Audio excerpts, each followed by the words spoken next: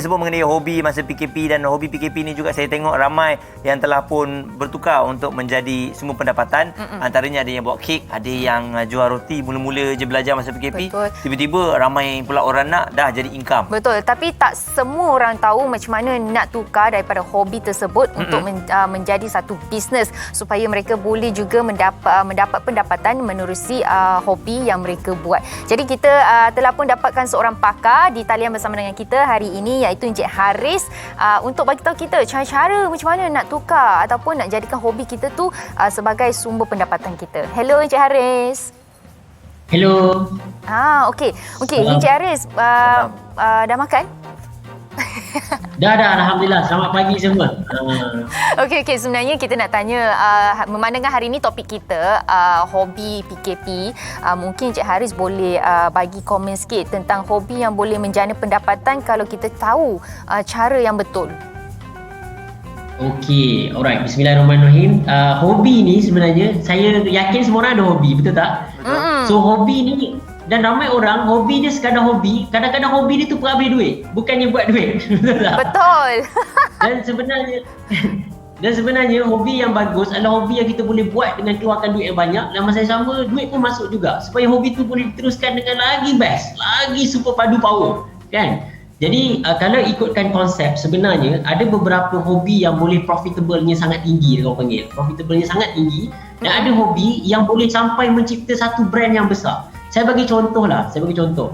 Ada satu Japanese woman, ada seorang Japanese woman namanya Marie Kondo. Saya tak pasti kenal ataupun tidak.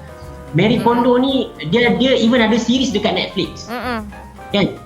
Dan beliau bermula umur 15 tahun, orang nampak beliau ni suka kemas rumah. Kemas rumah kan. Sampai dia kemas rumah ni kadang-kadang orang tak terfikir cara dia susun baju tau.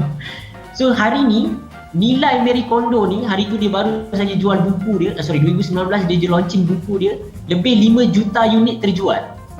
Hasil daripada, dan buku tu hanya cerita tentang macam mana nak kemas rumah. Wow. Boleh imagine tak? Sekecil-kecil hobi, bagi kita tuan, saya nak tanya, kemas rumah kena orang ajar tak? Betul, tak payah pun. Tak payah ada tips kemas sama je. Betul, tak payah pun. Apa kemas rumah pun nak baca buku? Apa kemas rumah pun nak kena panggil konsultan? Tapi Marie Kondo ni, dia bermula dengan dia seorang diri. Sekarang dia ada 300 orang konsultan di bawah dia, yang setiap orang hanya datang rumah orang, tengok rumah orang, bagi advice sejam, bayarannya $150. Advice tau, bukan tolong kemas rumah tau. Wow. Advice sahaja. Just imagine, to that extent, hobi boleh bawa anda pergi ke tempat itu. Tapi macam mana nak buat? Yang ramai orang tak tahu, betul? Betul.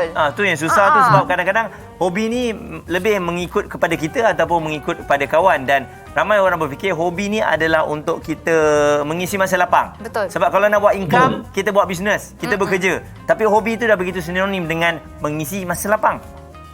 Okey, alright. Okey, jom kita ambil satu konsep. Dekat Jepun ada satu konsep namanya Ikigai. Apa maksud Ikigai ni? Ikigai ni kalau ikutkan dekat Jepun ada satu buku, dia cerita tentang inilah rahsia Jepun hidup lama dan gembira. Macam mana Jepun boleh hidup lama kan? Dan gembira. Rupanya dalam hidup kita hobi tu penting, dan hobi itu perlulah, dia ada 4 benda penting yang anda kena tahu dulu sebelum anda decide hobi anda ni boleh buat duit ke tak. Boleh hidup tak dengan hobi ni ataupun memang kena kerja. Alright? 4 perkara penting. Pertama, anda kena tahu apa hobi anda. Yang kedua, anda kena tahu apa anda hebat, apa anda power. Sebab kadang-kadang, contohlah hobi saya menyanyi, tapi saya nyanyi tak sedap. Betul. So dia mesti ada titik persilangan antara hobi dan benda kita power, benda kita hebat, what you good at. Alright? Selepas tu, dia kena ada satu gabungan lagi namanya, adakah dunia perlukan perkara itu? Adakah ada ramai golongan-golongan spesies anda ni yang suka kemas rumah ke, yang suka baca Quran tadi kan, ada kawan kita yang jenis suka tengok K-drama tadi. Ada tak ramai tak golongan-golongan yang macam ni? Kalau ramai, maksudnya dunia perlukan perkara tu. Sebab you pun perlu benda tu kan? So dunia perlukan benda tu. Dan dia dah sampai part yang nombor 4. Macam mana nak buat duit? Tapi 3 benda ni kena ada dulu. You need to suka buat benda tu. You need to be good at benda tu. Kena bagus Kalau tak bagus tak boleh. Tapi hobi ni kita kena faham, proses dia adalah proses yang berterusan. Mungkin awal tak pandai, tapi kita selalu buat, kita tiba-tiba jadi hebat dalam benda tu kan. Dan kita tahu dunia perlukan benda tu. Lepas tu baru kita masuk macam mana kita nak monetize macam kita nak monetize. How to monetize sebenarnya as simple as rakam saja apa kita buat. Dia rakam macam ni sekarang kan ramai keluar influencer kan. Ramai orang tiba-tiba daripada influencer tiba-tiba jadi founder, betul tak? Daripada dia ni famous jadi founder. Now, itu adalah trend yang dah berlaku dekat luar negara sangat lama. Dia dah daripada 2012 that trend. Malaysia dia dah start sekarang pick up benda tu. And mereka ni bermula dengan people follow people punya konsep.